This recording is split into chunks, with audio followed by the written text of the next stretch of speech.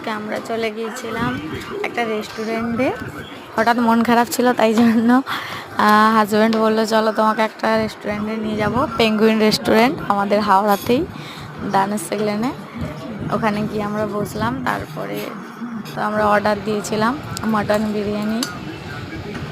আর ওই কোয়ান্টিটিটা এতটাই মানে কম ছিল, আমরা ভেবেছিলাম যে এতটা দাম যখন মনে হচ্ছে দুজনের,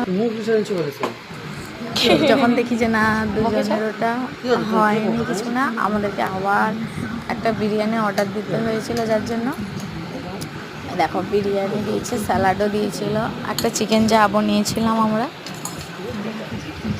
উনি সার্ভ করে দিচ্ছেন, কিন্তু মানে মনটা ভরেনি, কারণ কোয়ান্টিটিটা খুবই কম ছিল। আমার একারই মনে হচ্ছে আরও খেয়ে নেবো আমি, কোয়ান্টিটিটা এতটাই কম। দেখো এটা স্যালাড, এটা চিকেন চাপ, এখানে চিকেন চাপ রাখা হয়ে আছে। ওই তো কত কম কম দেখো কোয়ান্টিটি। আমি খাওয়া শুরু করেছিলাম, টেস্ট যদিও ভালো ছিল, ওই মানে কি প্রাইসের তুলনায় জিনিসটা যেন অনেকটা কম হয়ে গেছে। 380 টাকা বললো। হ্যাঁ, খেতে ভালো করে।